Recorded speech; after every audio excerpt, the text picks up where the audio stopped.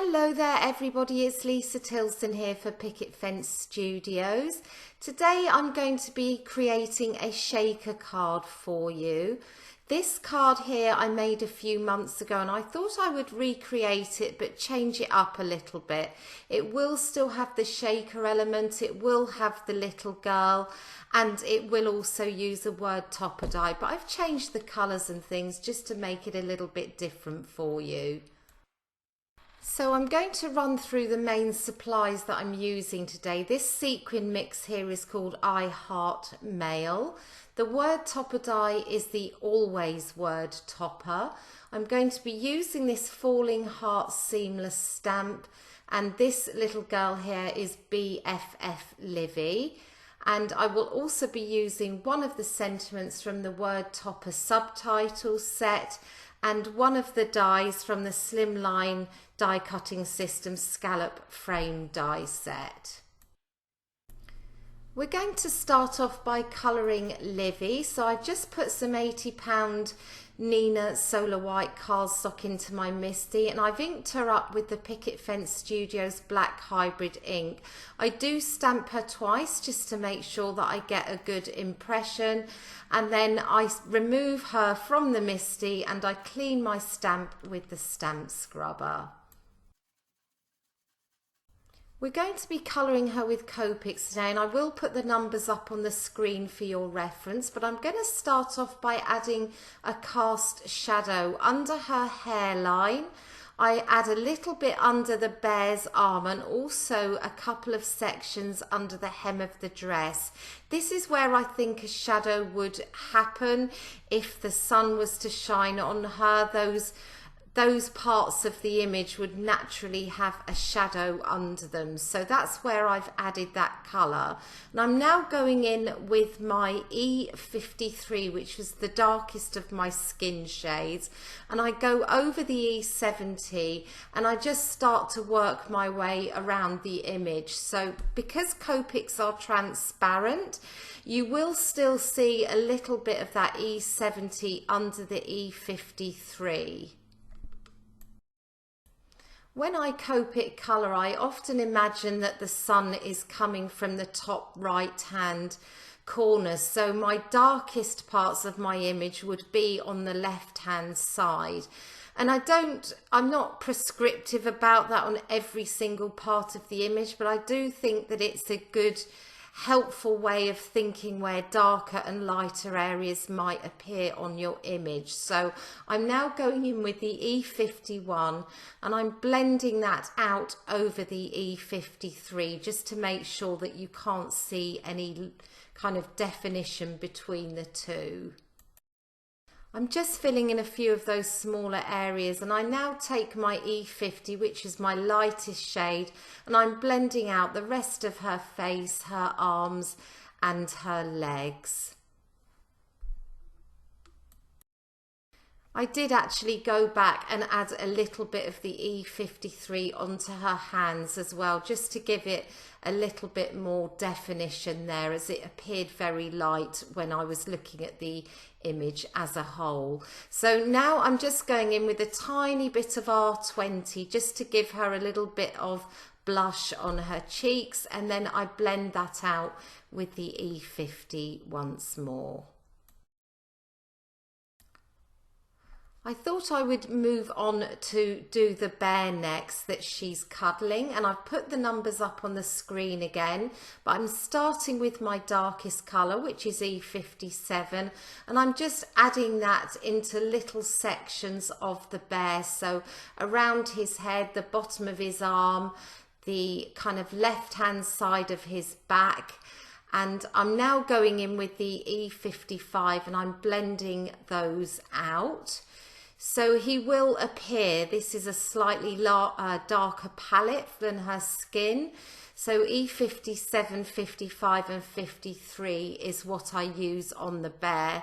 And you can see that combination of colours does make him stand out against Livi's skin. We're going to move on to her dress now, and I thought I would do her dress in greys. My background is actually going to be quite colourful, so I thought a lighter, kind of more muted colour for her dress might work better. So I've put the colours up on the screen and I'm working from dark to light again.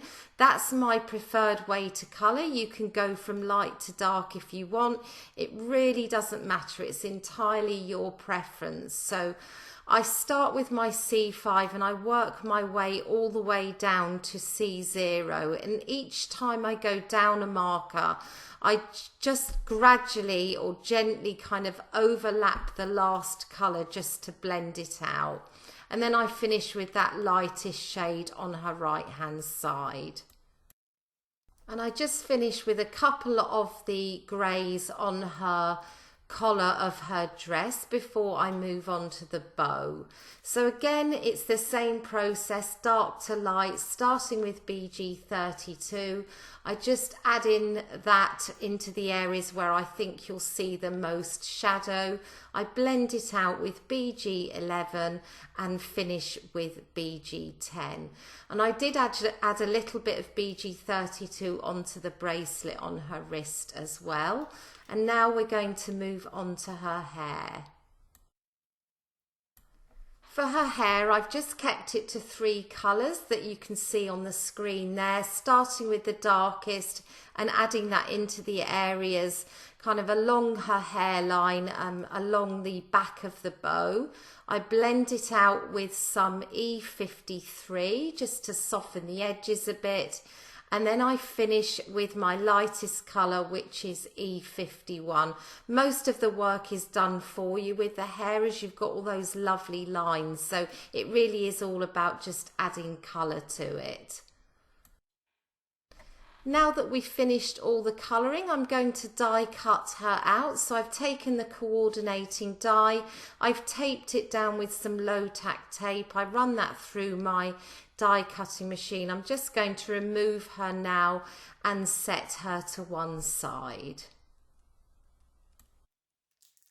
We're going to move on now to the other elements of the card, and I'm taking the largest heart here from the Slimline Die Cutting System Scallop Frame die set, and I'm just going to position that down over my cardstock. And to make sure that I've got the position just right, I bring in Livi here and just check that it's all going to look okay on the final panel before I tape that down. I then run that through my die cutting machine. So this panel is going to form the front panel, and the heart will be the window for the shaker element. So I've removed the heart from the panel, and you'll see with that die you also get a little frame that gets cut at the same time, and I'm going to save both of those for another project. Now it's time to add the acetate window. So I'm taking some wet adhesive and I'm just going to run that around the edge of the heart window.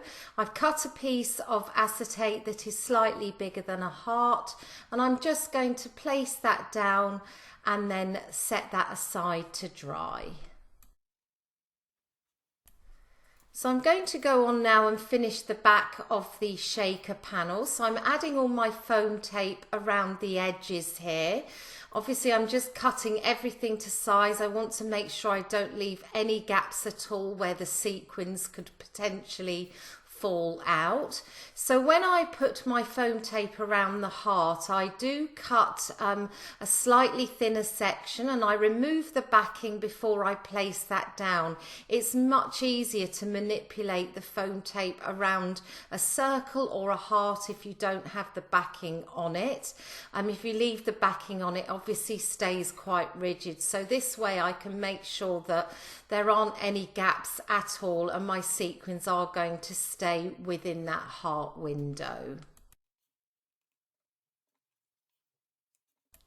I'm going to move on now to creating a background that's going to sit behind the shaker window, and I thought I'd use the Falling Hearts seamless stamp for this. So I'm just placing a piece of white cardstock into the MISTI, inking up the stamp. I'm using Altenew's Dewdrop ink here, and I do need to double stamp because I'm only using a mini cube. The coverage isn't great, and this stamp does have some quite large solid areas, so I double stamp it to make sure that I'm happy with how it looks. And now I'm just going to adhere it down so that it sits behind that window.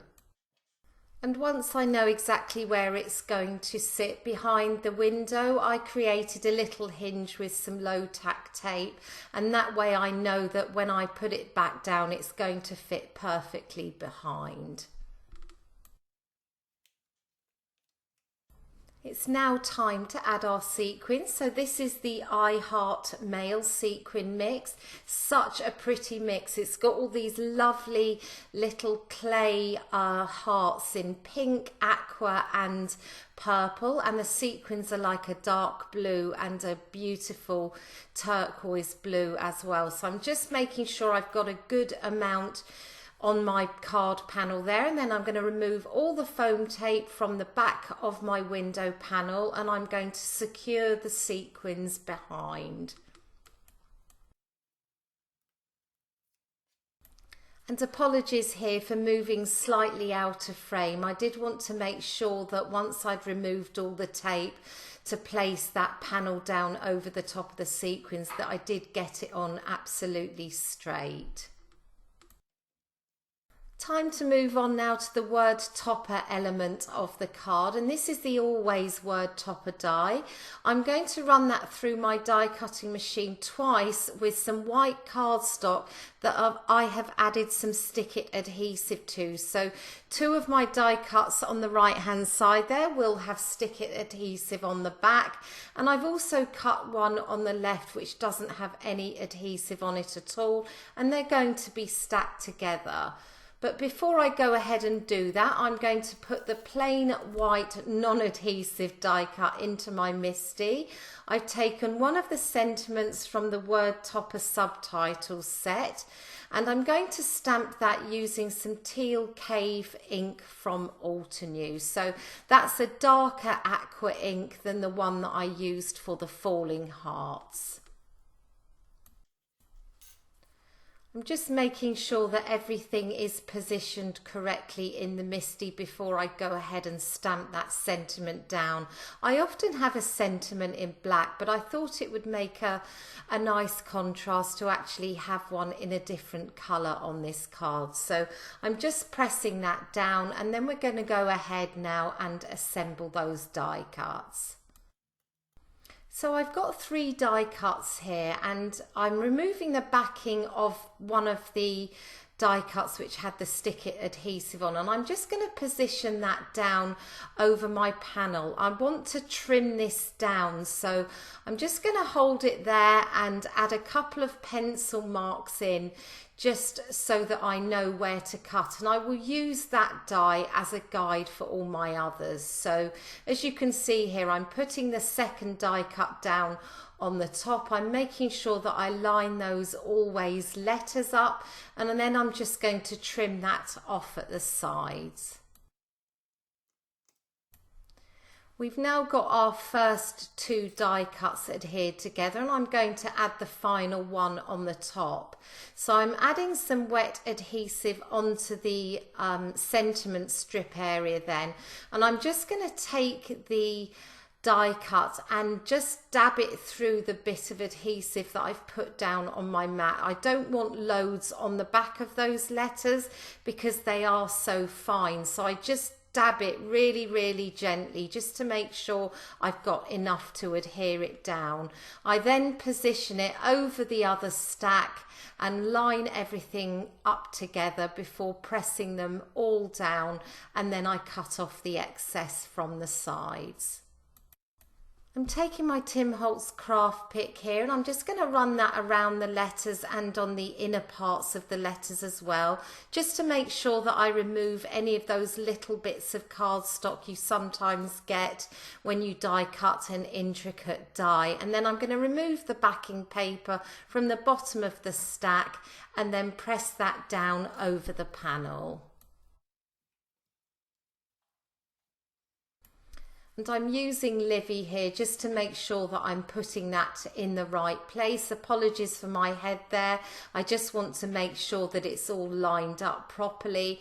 Again, I bring her in just to make sure that that's going to work before I press the die cut down into its final position. For a bit of dimension, I added some foam tape to the back of Livi, and that finishes the card for today. I do hope that you have enjoyed seeing that come together, and I hope that you all have a wonderful day. Bye for now.